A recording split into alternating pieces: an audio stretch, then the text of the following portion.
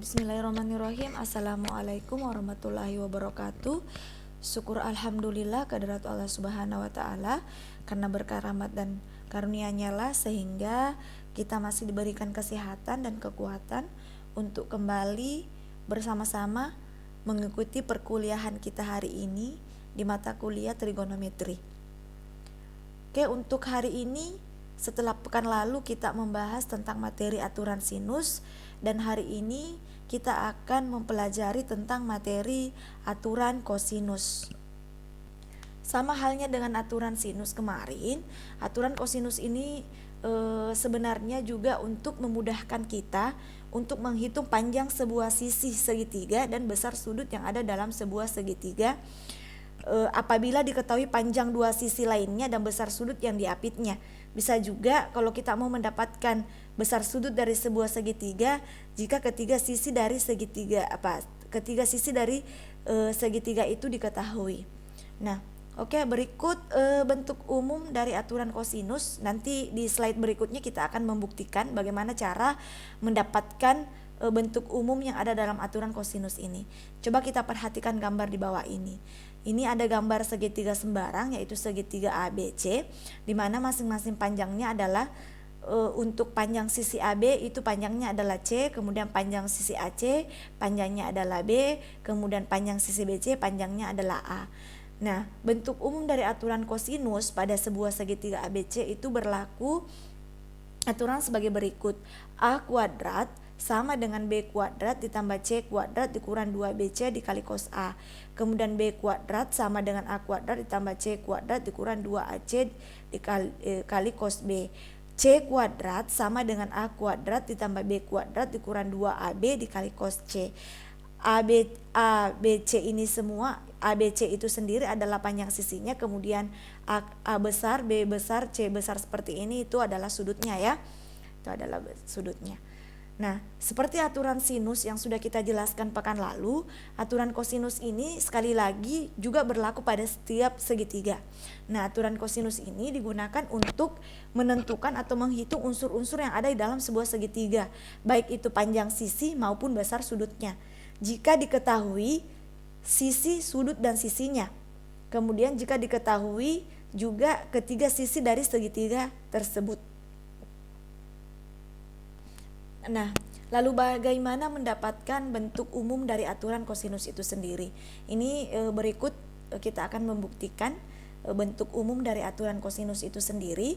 Kita coba perhatikan segitiga ABC berikut. Kita menarik sebuah garis dari titik B yang tegak lurus dengan AC, ya. Ya, ini panjang, kita beri nama titik D ya, panjang sisi BD itu sendiri adalah P, kemudian panjang sisi AD itu adalah X, kemudian panjang sisi AB itu adalah C. Nah, untuk panjang sisi AC itu sendiri adalah B, panjang sisi BC itu adalah A, sehingga panjang sisi dari DC itu tentu panjang sisi AC dikurang dengan panjang sisi AD, yaitu B dikurang X. Ini ya, B dikurang X. Coba kita perhatikan satu-satu dari segitiga yang terbentuk dari segitiga ABC ini. Kita perhatikan dulu, yang pertama adalah segitiga ABD. Jadi fokusnya kita adalah di segitiga ABD.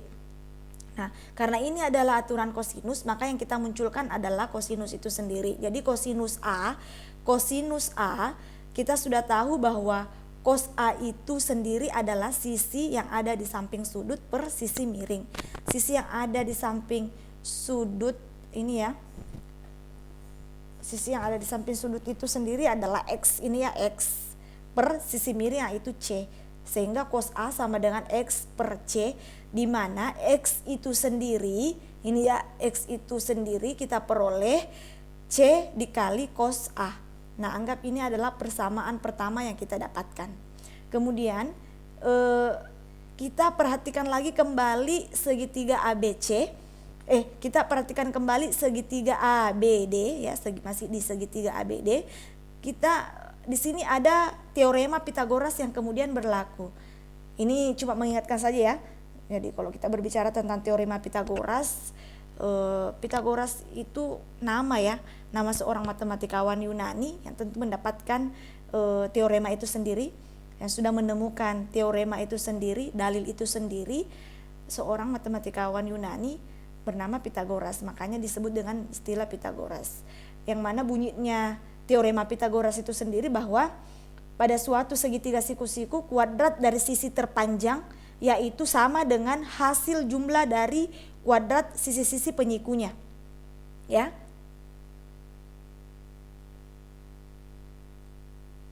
Ini dalil Pitagoras di segitiga ABD, sehingga C kuadrat ini C kuadrat, sisi terpanjangnya adalah C kuadrat sama dengan P kuadrat ya, P kuadrat ditambah X kuadrat, ini sisi-sisi penyikunya.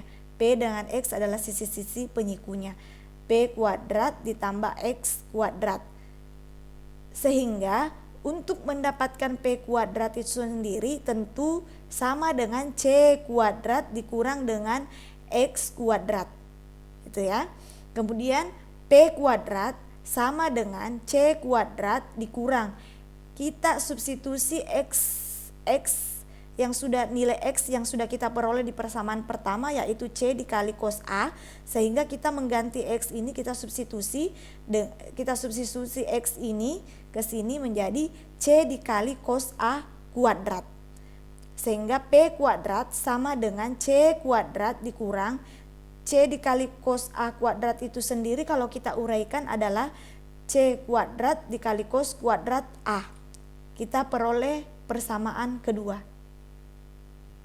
Nah, kalau tadi kita sudah memperhatikan di segitiga ABD, berikutnya yang kita perhatikan adalah segitiga BDC.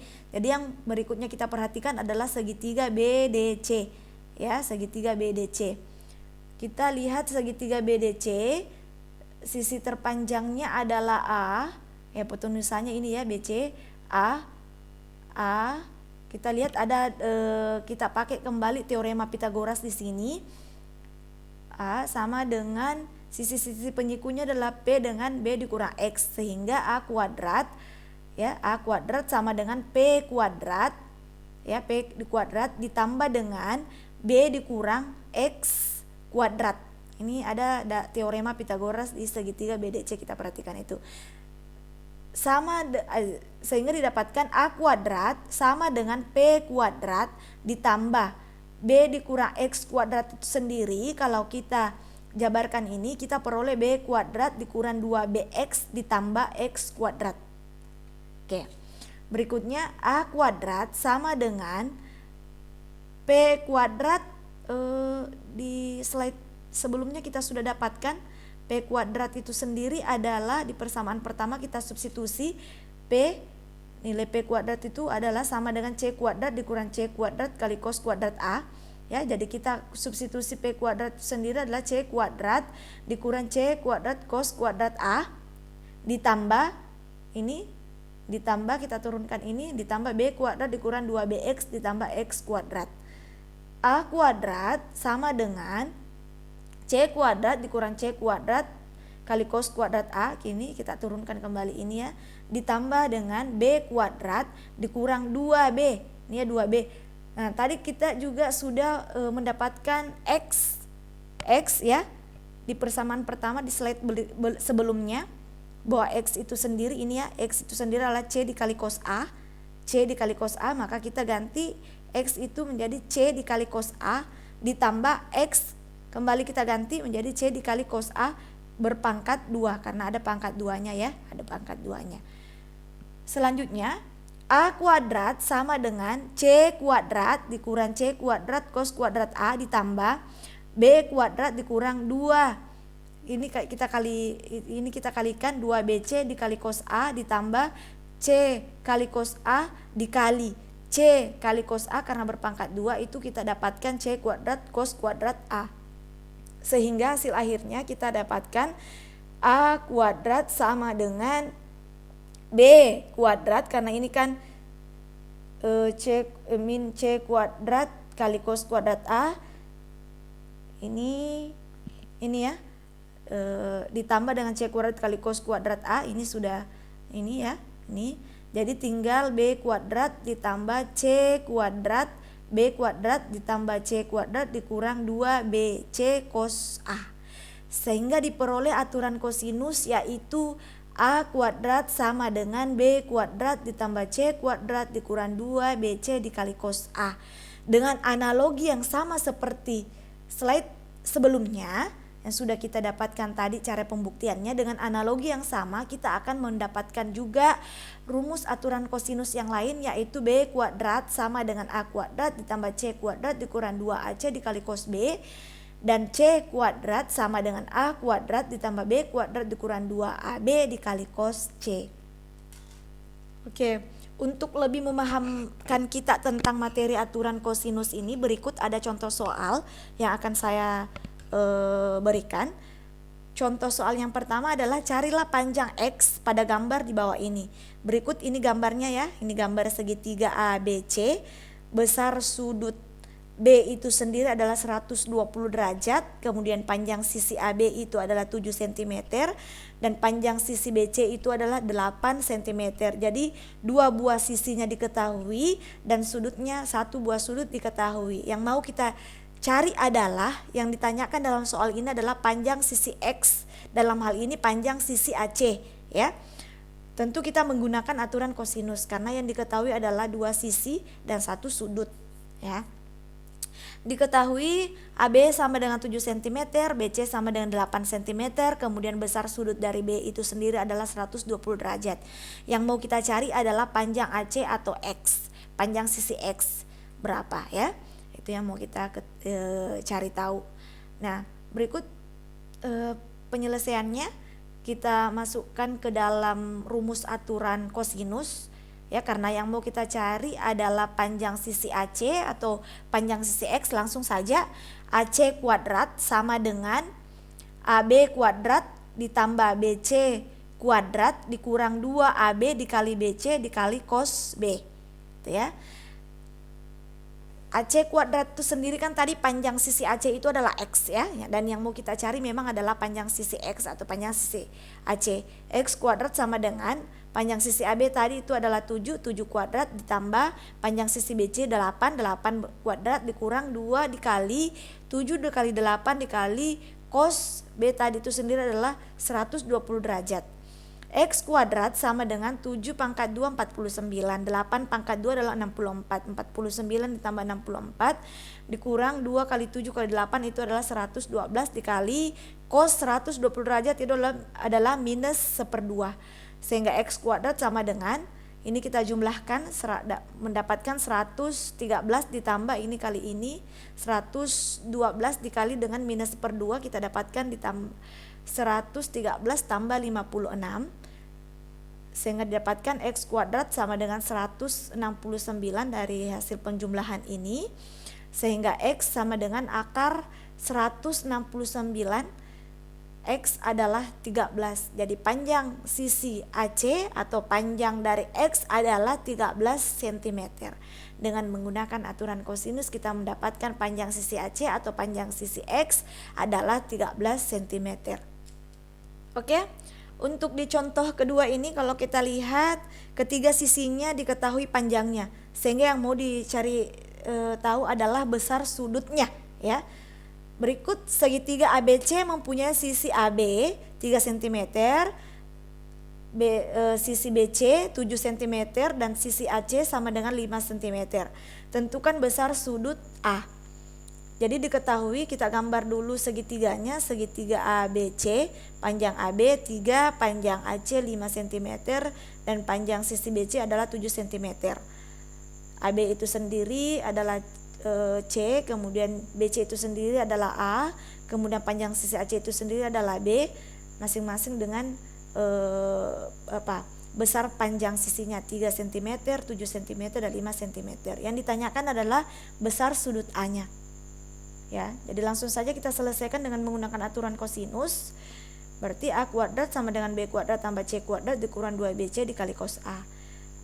A tadi itu sendiri kita dapatkan sesuai dengan soal adalah 7 cm, berarti 7 berpangkat 2, 7 kuadrat sama dengan B itu sendiri panjangnya tadi adalah 5 kuadrat ditambah C itu sendiri tadi panjangnya adalah 3 cm ditambah dengan 3 kuadrat dikurang 2 kali 5 kali 3 cos A. Jadi 7 kuadrat itu adalah 49 sama dengan 5 kuadrat adalah 25, 3 kuadrat ditambah dengan 9 dikurang 2 kali 5 kali 3 itu sendiri adalah 30 cos A. Ini ya. Jadi 49 sama dengan 34 dikurang 30 cos A. 30 cos A sama dengan 34 dikurang 49. 30 cos A sama dengan min 15. Cos A itu sendiri minus 15 per 30. Cos A itu sendiri adalah 1/2.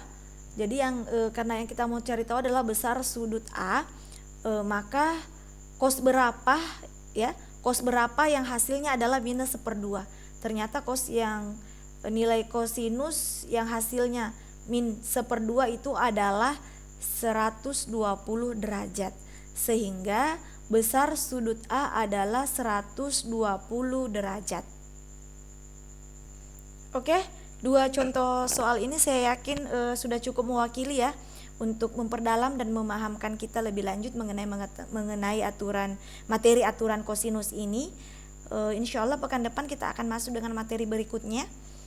Saya akhiri dengan ucapan lebih dan kurangnya mohon dimaafkan. Billahi fi sabilil haq fastabiqul khairat. Wassalamualaikum warahmatullahi wabarakatuh.